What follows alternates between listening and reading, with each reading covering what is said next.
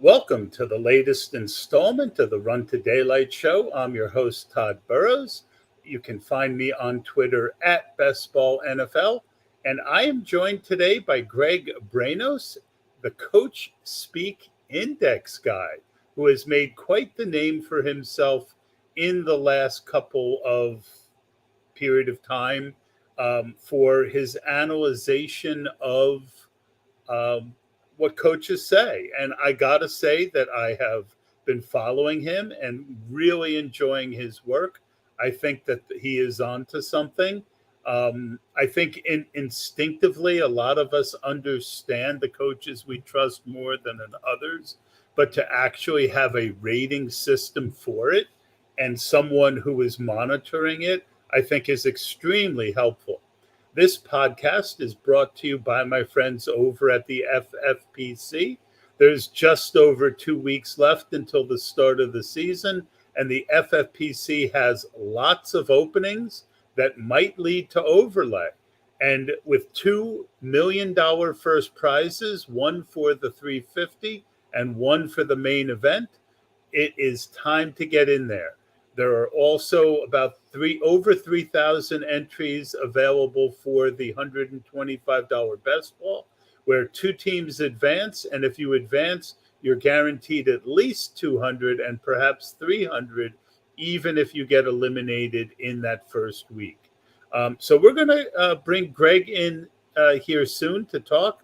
But first, I want to advise you to go to myffpc.com. That's myffpc.com to join, and hopefully I'll see you in a league. You can try and take my money. So, Greg, welcome to the show. I am very, very glad to have you here. And why don't you tell us a little bit about yourself? Well, appreciate the invite. Man, telling you about myself could take longer than the lot of.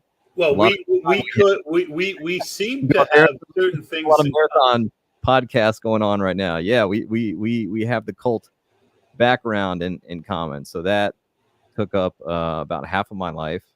Well, so, why don't you? My listeners aren't every other listener, and I've talked about my faith on my podcast at times. We're going to do plenty of football, but if it's up to you, if you want to go give the 2-minute version of it, we can do it. Not that there probably even is a 2-minute version, but I was in a Christian-based cult myself in my early 20s, and I get it, man. Yeah.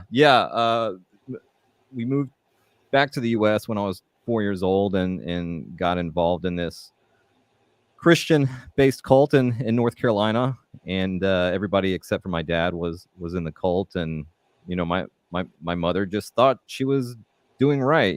She thought she was doing the right thing. And so for a while, after I got out, I resented growing up in that way, but just there's no point in blaming her. Like, she was doing what she thought was best. So unfortunate that all happened, but she's not to blame. The people in charge of this cult were to blame. It wasn't a God is love type environment.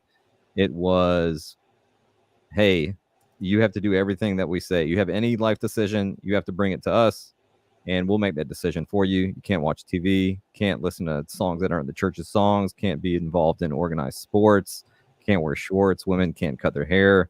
Just like all this really long list of rules, and the majority of sermons were, hell is hot, and you're on the way there right now.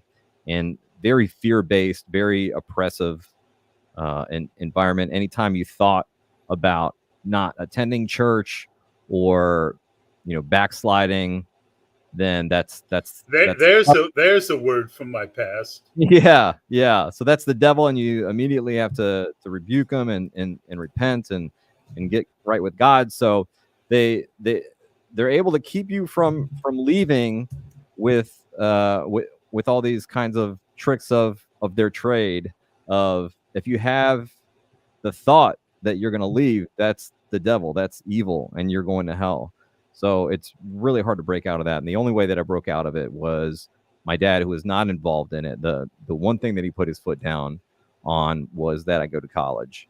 And once I went to college, I thought, okay, this is a much more enjoyable pace of life that I'm experiencing here, and that helped me get me out. It, of course, the repression and all that kind of fallout from the cult. Well, For years. one thing I always say is you can leave it, but it's much harder to get it to leave you.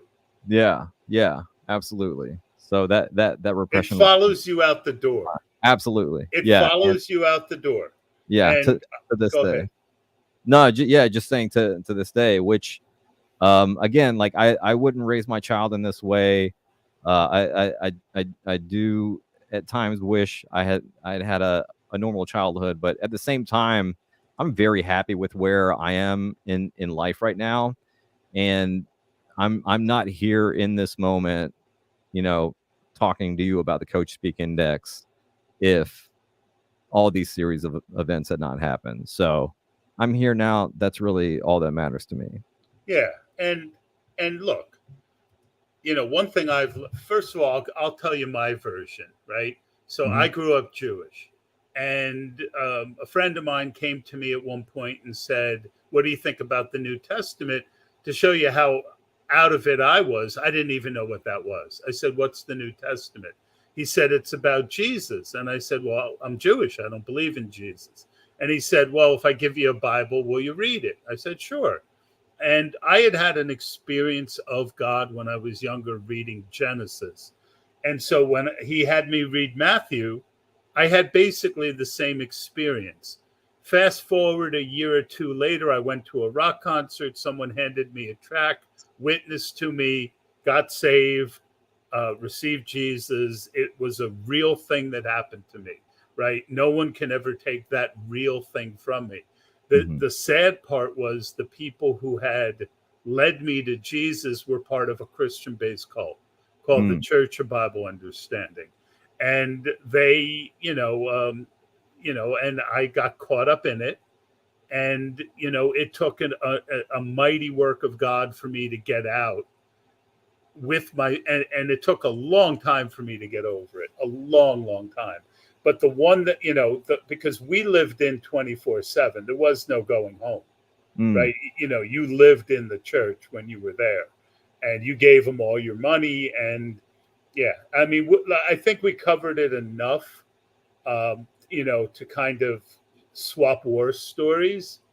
But I will say to you in person what I said to I've got one of the children and one of the grandchildren from the group who work with me for me, and I always feel much worse for the kids because I chose to be there, and yes, they used all these different tactics to keep me there that you described, right? Similar but different. The kids couldn't leave, didn't have a choice, right? So you have my deep empathy, and I'm glad that you got out. And it's time, I think, to get to the Coach Index. Let's do it. All right. So how did you come? Tell us a little bit about your fantasy football experience and how that led you into the desire to, because it's really hard to find a niche that actually makes sense in this industry that someone else hasn't already thought of. And you managed to do it in a really spectacular way. Tell us a little bit about how you came to do this. Absolutely. I've been playing fantasy football for a couple decades, and had some really serious home leagues and then other leagues that I would get into. And Coachspeak to me has been the number one problem in fantasy football for as long as I've played. Of these people say something and we just don't know if we can trust them or not. And I always remember Jim Caldwell, and I believe it was 2014, saying Calvin Johnson, he's 100%. He's definitely not going to be a decoy when he's out there on the field on Sunday. And then Calvin Johnson is a decoy on the field for the entire game.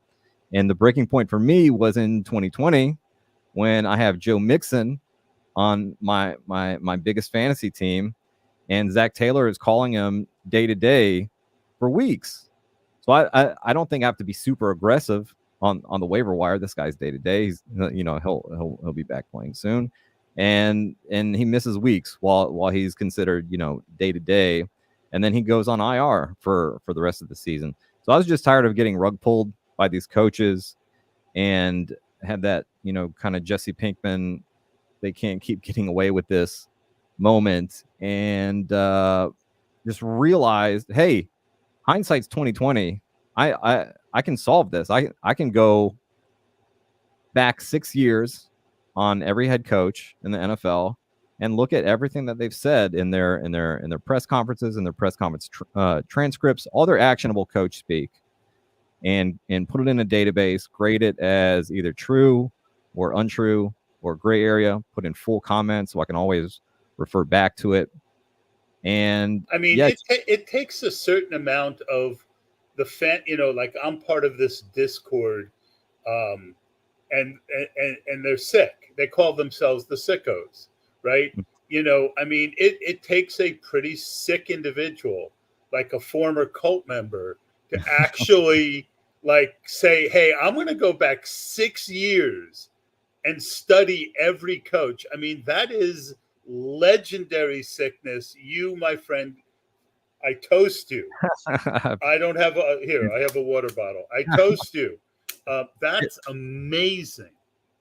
Yeah, I just wanted a really big sample size. I'm so big on context. I want as much of a sample size as possible. I want the full context when now we get these Twitter posts from accounts, and they're super short, clickbaity, aggregated headlines of coaches saying something when they didn't actually say that, and sometimes, like, even within the quotes, like the one quote that they pull out is wrong. They're missing like a key letter or a key word in there, and I hate that, because that does more harm than good to people who are playing fantasy and see that and have these curated lists from people that they trust, and they see something that what the coach said was actually meaning to give them one impression, but the way that it's been kind of twisted and aggregated sends them in a completely different direction, which is great if the coach is actually lying, right? Well, coaches lie for a reason, right? Mm-hmm. They don't want to let the other team know what they're going to do, and so they lie. I mean, and some people lie. It's like life. Like even I'll probably bring it back to the cult 100 times. Like, you have some people in a group that are sincere but deceived, and then you have people who intentionally deceive because they like to. You run into all this craziness, and for you to have kind of kept track of it is kind of amazing. Yeah, it was the only way to make this thing work. I knew exactly, or it became very apparent, how much work it was going to take. And at first I thought, okay, I'll put all this stuff in the database, and a coach will be either reliable across the board or completely unreliable across the board, and soon found out that's not the case. Some coaches, like Zach Taylor, completely unreliable on injury coach speak, but then on player usage and workload coach speak, actually pretty reliable in that area. So that became a really important part of the database as well, was separating it into these 4 categories of injury, depth chart, transactions, and usage and workload. Yeah, I think that's really great. So tell us a little bit about, do you have a website where everyone can view this? Is there a charge to use this? Tell us about, we see you on Twitter, but, what else do you offer that, beyond beyond the X? Yeah, the website coachspeakindex.com is really just kind of a holding place for the reliability ratings for the coaches. I have a private Discord, and that is in the link to that is in my bio on Twitter at Coachspeak Index. But the Discord, I have, well, first of all, I have my rankings for best ball and redraft, have PPR, and then I have separate threads for every NFL team, and I watch every press conference from every head coach, every offensive coordinator, every general manager. And while I'm watching those press conferences, it's sick behavior. I mean, it's insane in a good way. So how old are you? I'm 42. Okay. Married? No, not married. No kids. No significant others. Just that's completely unattached. And I'm not sure how this works. That's okay. Yeah. But I was just curious. I'm a very curious person, but not a judgmental one. That's a good combo. But so in the Discord, I have separate threads for every team, and I watch every press conference. And the stuff that you see on Twitter is usually like, oh, this is the biggest stuff. Honestly, like it's also stuff that I know will get a lot of views and engagement and new followers and all that without being clickbaity, right? Still with the full context, still putting the full quote, still including the question from the reporters, and including the entire answer from the coach and not just cutting it off at a certain point. But so I can only tweet out, so much of that stuff. I can't just all day put out tweets about undrafted free agent tight end Martin or David Martin Robinson for the Titans. Like, people will lose interest in that. So, but those things I fell asleep while you were trying to get his name out. Yeah, but those things are important because 2 weeks from now we hear about, like, oh, Mason Tipton, undrafted free agent wide receiver for the Saints, doing really well. And my aim is every important piece of information, every crucial thing that a coach says about a player, that a coach says about scheme or anything that will be useful at all for fantasy, I put every single note into the private Discord there for every team. And what's another great thing about it is, you're drafting a week from now, and you're just wondering about, okay, what is going on with the Commanders, or like what's the vibe there for wide receiver 2 or something, and you can just go back through the thread, and you can read everything that they've been saying about wide receiver 2 or everything that they've been saying about a certain player. So how much do you charge for the Discord? That's $5 per month. Yeah. And that's again, that's in our bio on Twitter, but just really crucial, important information. Every single piece of information from those press conferences goes into there. And I think it's important because, what's the latest thing that has been said about a player? Okay, very important. But also, what is the 30,000-foot view of how this coaching staff views this player? What have they been saying about him since they drafted him? And being able to look at the progression there, I think is very important. Yeah, I think I'm going to join. I think that could be very, very helpful in a few ways, because I don't have the time to do what you're doing, but I've always been good at understanding coaches and who to trust. You have to have that instinct. Like, I'll give you an example. A couple weeks ago, there was something on Javon Baker that was negative, and I said, I don't care. I'm still drafting him. I mean, that's baked into his ADP, and now I'm getting a little more concerned. But the next day, same thing, happened with Troy Franklin, and I immediately stopped drafting him because it seemed a lot more actionable. Right. It came from a beat writer, but still, you have to have that kind of instinct.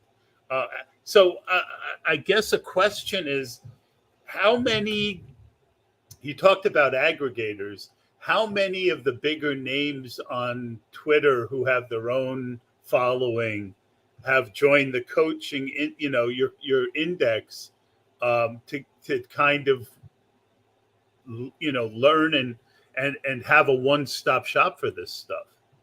Like, how many people are following the Coachspeak Index? Well, no, I mean, how many people are in the Discord, and are there? Discord. Yeah. I don't want to out.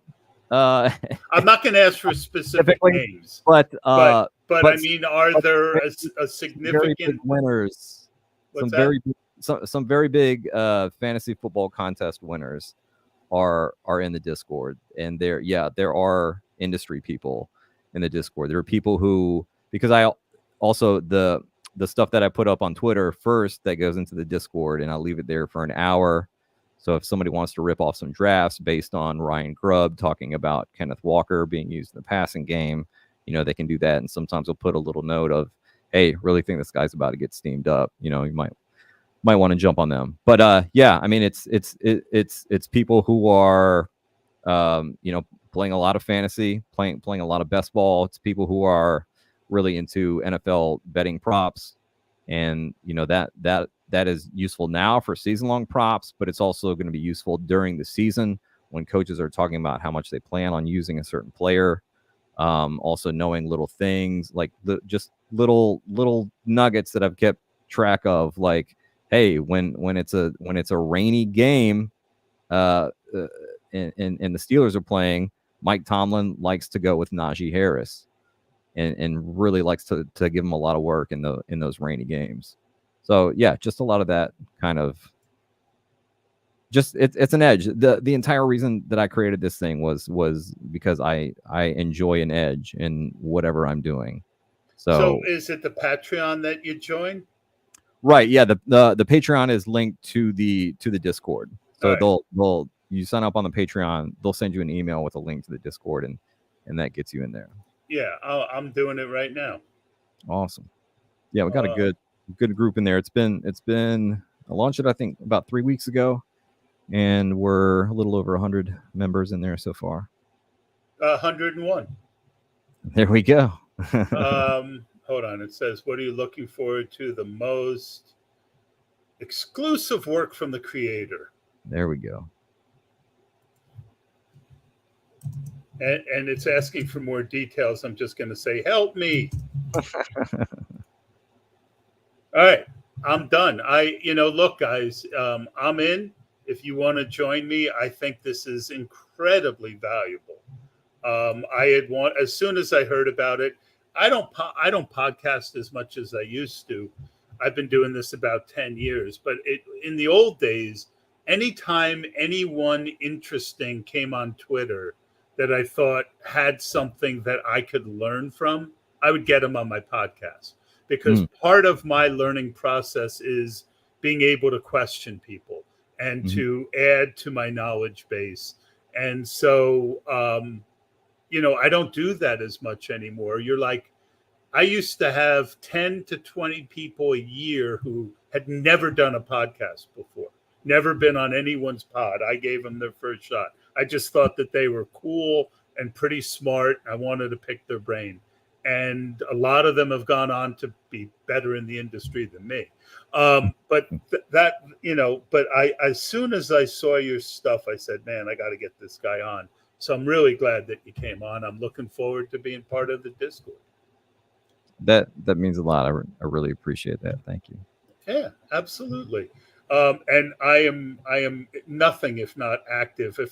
Not every Discord I join, I end up being that active in, but I'm always looking for ones where there are other smart people who are willing to share, like I'm willing to share, right? And that's really what, because some people are into shtick, some people are into growing their following, and not that I'm not interested in any of that, but the main thing is I want to win at fantasy football.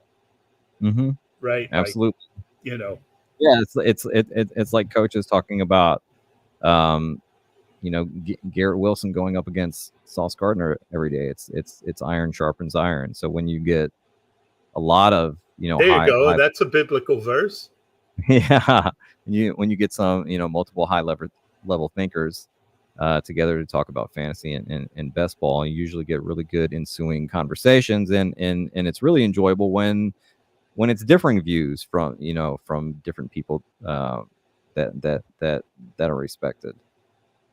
Awesome. Instead of the kind of crowd group thought stuff. Yeah, no, I love it. So my next question was, tell me your process for determining how reliable coaches are. I feel like you already answered that. I mean, you Yeah. literally go through everything that they say and rate it, correct? Correct. Yeah, it's all tracked in a database. Like I said, it's 4 different categories. I put comprehensive notes in there once it's graded, so I can always refer back to it. And I just found that super helpful. I would think it would be really helpful during DFS. Yeah. Oh Like man, absolutely. Yeah. I I'm mean, looking forward to it for that as well. yeah. DFS, fantasy, and betting, like all 3, they really do all kind of go hand in hand, because betting is I think this guy will have this many yards for the entire season. Well, you're kind of doing that in fantasy too, right? I think this guy has a really high ceiling for yardage. So yeah, it's all kind of married, I believe. Yeah, I agree. Good stuff. All right, so let's talk about, just give me like 3 of the most reliable coaches overall and a couple of the key takeaways that you've gotten from them this offseason that could help us in basketball. Okay. Well, I know that there are 5 who are at least 80% in every category. And I know it's Dan Campbell, Sean McVay, Nick Sirianni. McDaniel? I don't think McDaniel. I think Okay. Todd Bowles might be one of them, but it's That's okay. And, yeah. and just give us, that I asked for 3, you gave me 4. Give me something about the Rams this year that you think is actionable. Okay. Especially if there's something between, because I've drafted a little bit more Kyron Williams than I have Blake Corum. Yeah. And I feel like Blake Corum goes a little early for his chances of actually having a role. Yeah. So go ahead. I'll give you 2 quick McVay ones. First of all, Puka Nacua, don't worry about that injury. McVay said he's going to be fine for week 1. He said, in fact, he'll be fine for the prep leading up to week 1. Sean McVay has a 90% reliability rating on injury Coachspeak. When he says don't worry about something, you don't have to worry about it. He's very upfront. He's very candid about injuries. As far as Kyron Williams, man, the way that Sean McVay talks about Kyron Williams, like he speaks about him like he is a second son.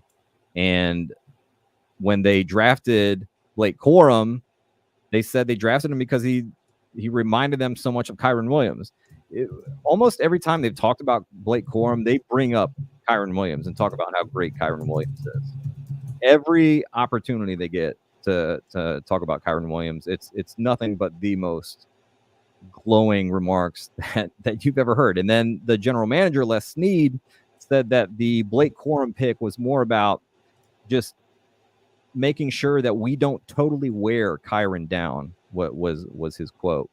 So we saw what happened last season, and that's how I've drafted him, right? Yeah. The only negative for me for Kyron Williams is the fact that the opportunity cost at wide receiver where he goes. Mm-hmm. And I think I've gone a little bit too far, because I was at like 15% on him at one point. I bet I'm right around even now. I've more focused on Breece Hall and Bijan for hero builds than Kyron. Yeah. But I think Kyron, I'm going to go. Yeah, keep going. I like this. Yeah. So with Kyron Williams, I'm 10%. Okay. Oh, so wait, yes. that's Best Ball Mania. Let me get the whole thing. Let's get all 600. I bet it's more like 7. So last season, Kyron Williams missed 4 games, went on IR, and we saw 8%. Darrell Henderson, Royce Freeman form a running back committee in his absence. Sean McVay didn't trust Zach Evans. Everybody thought it was going to be Zach Evans that would step right up, and I put a video out saying, like, no, not Zach Evans. Just listen to the way that McVay speaks about him when he's asked about the running back room. Like there is no trust there in him, and McVay only plays guys that he trusts. And then when Kyron Williams came back, they asked him about the offense with and without Kyron Williams, and he said, man, it is night and day. He wants to have this bell cow running back. He wants to have Kyron Williams be that bell cow running back, but they don't want him playing the 85-90% of offensive snaps that he was playing last season, because he's not the biggest, most durable guy. But they don't want to miss a beat when Kyron Williams is out with an injury or he needs a breather during the game. So what do? They draft Kyron Williams 2.0. So that's the deal with the Blake Corum pick. Also, I last season the Rams ran the ball under McVay more than they've ever run the ball, and I think we'll see that continue again this year. McVay beefed up the offensive line this past offseason. I think it's just McVay being McVay, staying ahead of the curve. He sees NFL linebacking core is getting smaller and smaller, and so what he does as a result of that, he beefs up the offensive line, and he's just going to run the ball with Kyron Williams, who he trusts a ton. I love it. Cooper Kupp. I've drafted probably 16-17% of Cooper Kupp, which is a lot for me early.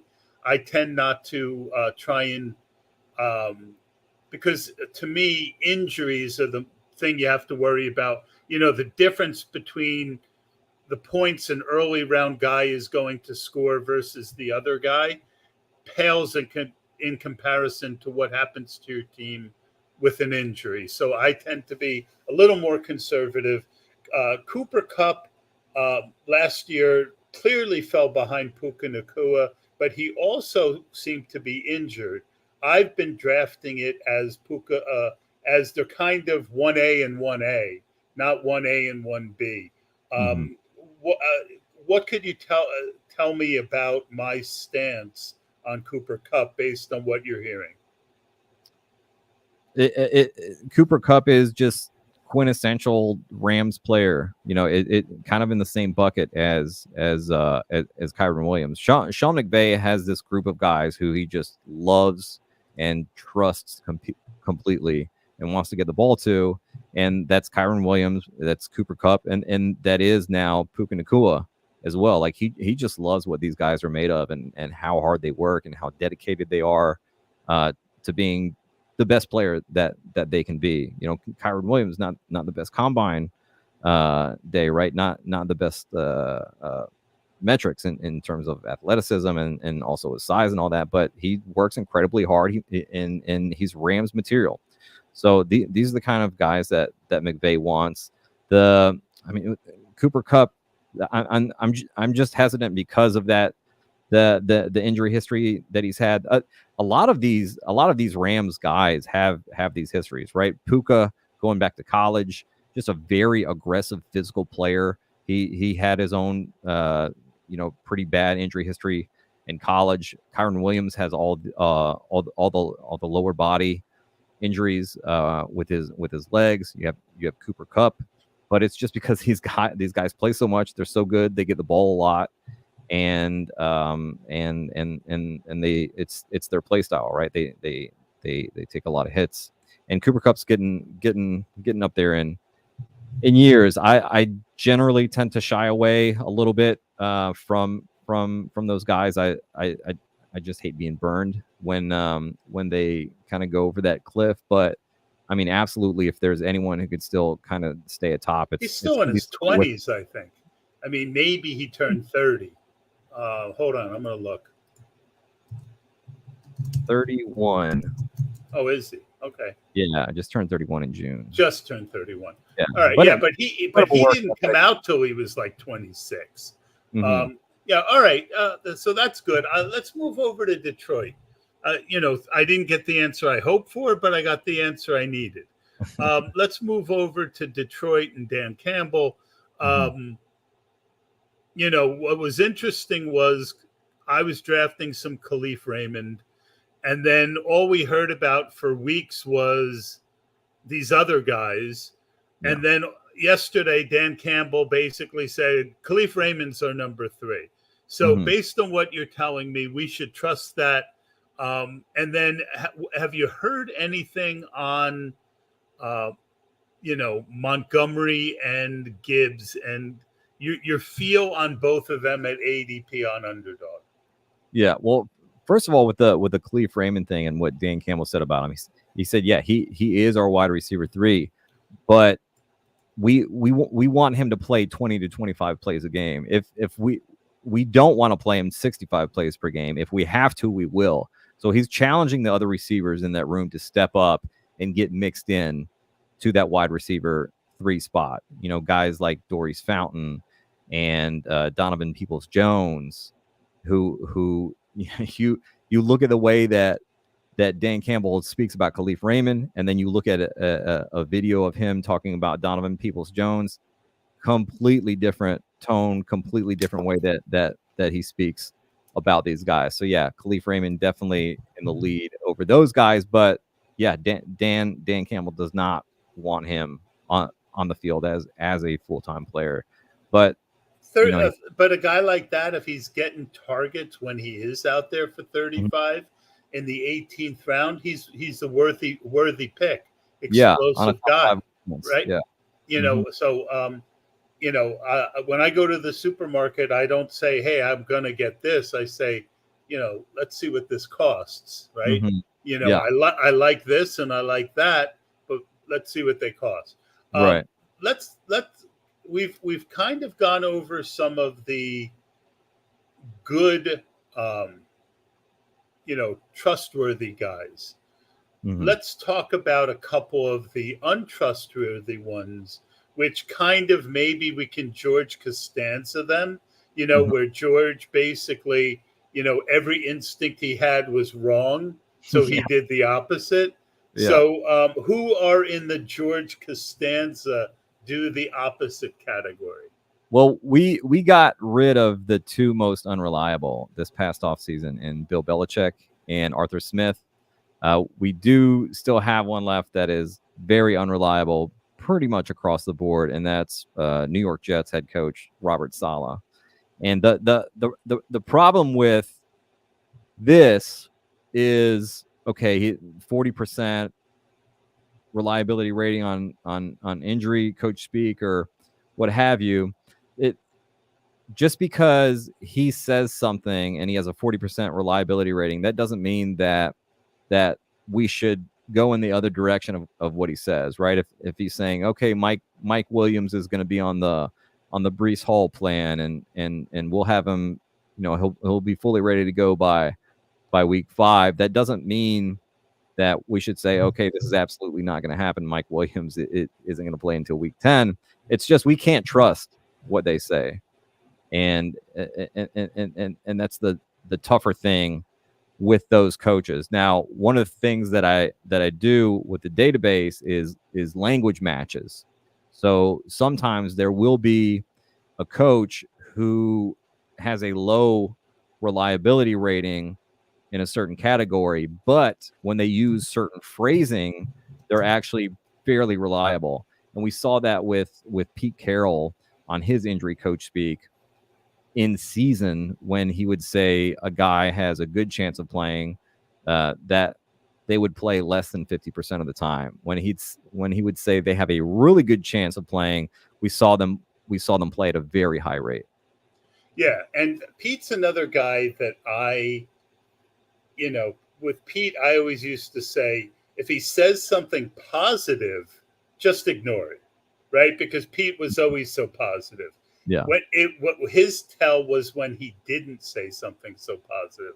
I remember there was one guy, they asked him about an injury, and he was like, well, we'll see. He's probably going to be okay. As soon as I heard that, I was done with that guy, right? Because if Pete wasn't being super positive, I took that as a negative. Yeah, he had such an interesting and intricate Coachspeak profile, and he was the first coach that I worked on. It was really incredible where during training camp in the off season, his injury Coachspeak was actually very reliable. And then once it went into the season, completely unreliable. But then his player usage and workload and expectations, that flipped around to where it was very reliable during the off, or completely unreliable during the off season and training camp. But then once we got into the season, it was the opposite. So man, I can't wait to dig into this to see, exactly, what you're doing and how you're doing it, because, I'm always looking to be better. And this, having someone be able to, this is all really good stuff. So I am incredibly excited. well, I'm not Um, done. what's that? I said I'm not done yet. No, I mean, you have no life that we could find. Yeah, yeah, And so, that's good for us. yeah, absolutely. I'll go ahead and say it now. Man, What? Go ahead. I can't say too much about it.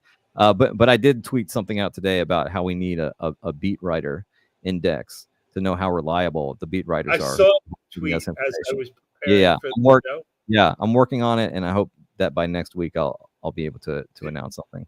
Dude, that would be awesome. I'm out for blood, Todd. Oh my, I love that. I love, and anything I am going to start retweeting your stuff. And I haven't grown my following in quite a while, but whatever I have is yours. I am a big I'm a big one for that, and paying back, so to speak. All right. So next question: new coaches, right? Mm-hmm. So what is your you sound like the kind of guy that has really thorough processes, right? And you're always trying to refine what you do to make it better. One of the weakest parts of a DFS play, why I'm better at best ball than DFS, is I'm not great with numbers. So the guys who are great with numbers, once they get more certainty, are going to have an advantage over me, where I'm better at the kind of situational, kind of reading the tea leaves stuff that's good for best ball. So when you don't have a lot of information, how do you deal with these new coaches coming in? Yeah, you try to look for as many signals as you can. You look for something like a beat reporter asking Mike McDonald about an injury, and he says, I actually don't know. I don't want to give you misinformation, right? So those are like, okay, these are signals that okay, maybe they're going to be kind of a trustworthy person. You kind of just have to let things play out really. But you do look for you just look for all these different signals, and and are they ever kind of flip flopping on stuff? Are they um are they kind of hammering the same point? And then do we see these things start to transpire in preseason games where with the Titans, the entire offseason, Brian Callahan and offensive coordinator Nick Holtz, they've all been saying Tony Pollard and Tyjae Spears are interchangeable. They're 1A and 1B for us. And then we see during the preseason, hey, these two running backs look like 1A and 1B. So not, you don't want to put all the eggs in that basket just because one thing that they said was true, but it's okay. We're off to a good start here, and we'll just keep monitoring. All right, so two things. I'm sorry to interrupt, but two things. One, we have steadily been gaining listeners over the last 10 minutes of the show. I want to point out what you guys might have missed. Greg has a Discord where he lays a ton of actionable stuff. I've already joined it while on the show. $5. All right. If you're serious about best ball and you're serious about DFS, go now. And you guys know me. I never do this. Go now, join this Discord, because this stuff can really give you an advantage. So, and then the other thing, back to what we were talking about, we were talking about the new coaches. Give me your who of the new coaches seems the most reliable right now, and give us one of the things that led you to that. Dave Canales seems like he's going to be reliable, and I like him. Yeah, I think they're going to do good things. Right. Yeah. And so much. Well, not so much, but a part of Coachspeak and reliability, things that play into it, is just the psychological profile of a person. Like, you have some people. I mean, Gerard Mayo seems like a pretty upstanding guy so far. He's a guy that during the press conferences, and anytime there's a female that wants to ask a question, he always like defers to. So he's horny. Yeah. Right. Like, okay. So we've established that Gerard Mayo wants to get laid. Yeah. What else? Yeah, but he seems like a bit of a meathead to me. Mm-hmm. But I thought Dan Campbell was a meathead, and I turned out, and he is still kind of a meathead, but he has a lot of good qualities that kind of overcome. He's a meathead, but he's not stuck in the past like a lot of the meatheads, right? A lot of the guys, that played, and Antonio Pierce, right? Like, I'm on the fence about. I'm a Giant fan. Right, he won a Super Bowl for me. I love Antonio Pierce. Yeah, but I'm on the fence on whether I see good things with him, and I see some concerning things with him. Mayo just worries me.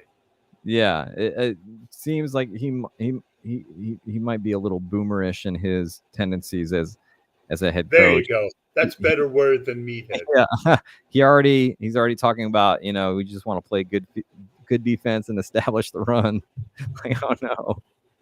Oh my goodness. Here we go. You see the rookies having a hard time beating out the vets, even though the vets, KJ, terrible. Oh my God.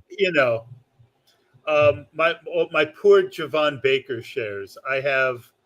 He's my most owned player, and I mean, it's hard to find a guy that had with that much upside in the final round of best ball drafts. Yeah. All right. We've got a few more minutes. All right, Dennis Allen. So he's obviously really frustrated with Kendre Miller. Yeah. But I haven't actually watched the press conferences. Do you think he might actually cut him? I don't know if I don't think they'll cut him.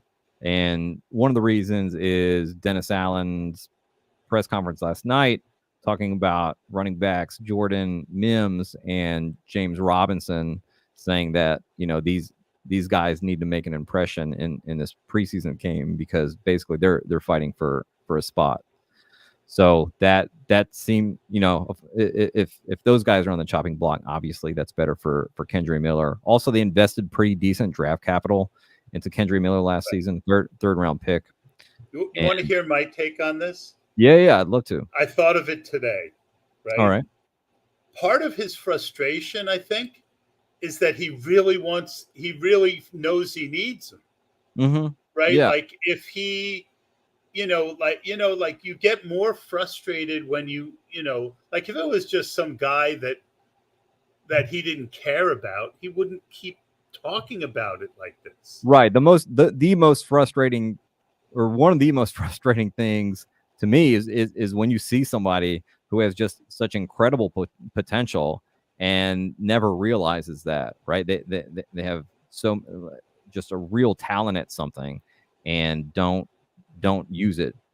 So yeah, that could definitely be in play there. He did say in today's press conference, sandwiched in between all this, all most people give a compliment sandwich. Dennis Allen gives like the inverse of a compliment sandwich, where he has the two negative things on the outside and the one positive thing on the inside. He did say today, he's a talented player. He's a very talented player, but he just we're not able to see it because he's not on the field.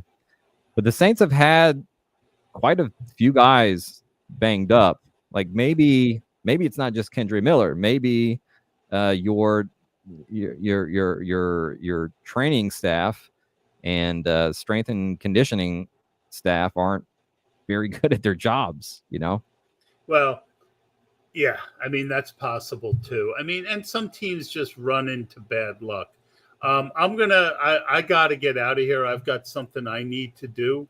But I want to ask you one last question. And, we should do this again. I really enjoyed this. And I think that you are absolutely onto something. You put out a tweet with your highest, you maxed out Best Ball Mania. Give us one example of a really high-owned player in your own portfolio and how Coachspeak helped you get there. Yes. Jalen McMillan is my highest owned player. Somewhere north of 30%, I believe. Took a pretty aggressive stand on him. Was drafting him very, very early when he was going in the final round and sometimes going undrafted, which now he's up in the high 170s or like 170-ish, right around there. So Todd Bowles, he speaks quite bluntly about players. If a player isn't performing well, if a player is looking like they're not going to make the team, he'll tell you that. And so it speaks volumes whenever he praises players. And Jalen McMillan has gotten nothing but praise from Todd Bowles. At one point, this was months ago, Bowles referred to him as being ahead of Trey Palmer and all the non-Mike Evans, Chris Godwin guys. Liam Cohen and Todd Bowles talking about how versatile Jalen McMillan is. The Bucs ran one of the highest 11 personnel rates last season. Now, different offensive coordinator, but Liam Cohen comes from the Sean McVay tree. He was the OC with the Rams a couple years ago. Very, very high 11 personnel usage there. So him having the versatility to play on the outside is very key because they want to bump Chris Godwin to the inside. So I think we are going to see him easily win that wide receiver 3 job. I think we're going to see him on the field a lot this season. And that was a guy who was going in the final rounds. And I just drafted him from the final rounds all the way up into the 170s where he was going now. Awesome stuff. Greg Branos, the Coachspeak Index on Twitter. He also has a Discord, which I have already joined while we were on the show. Looking forward to getting in there. Greg, thank you so much for coming on the show. And I mean it. I hope I can have you back on soon. Absolutely. Let's run it back. Thanks for the invite. All right, guys. Thank you so much. And we will see you soon.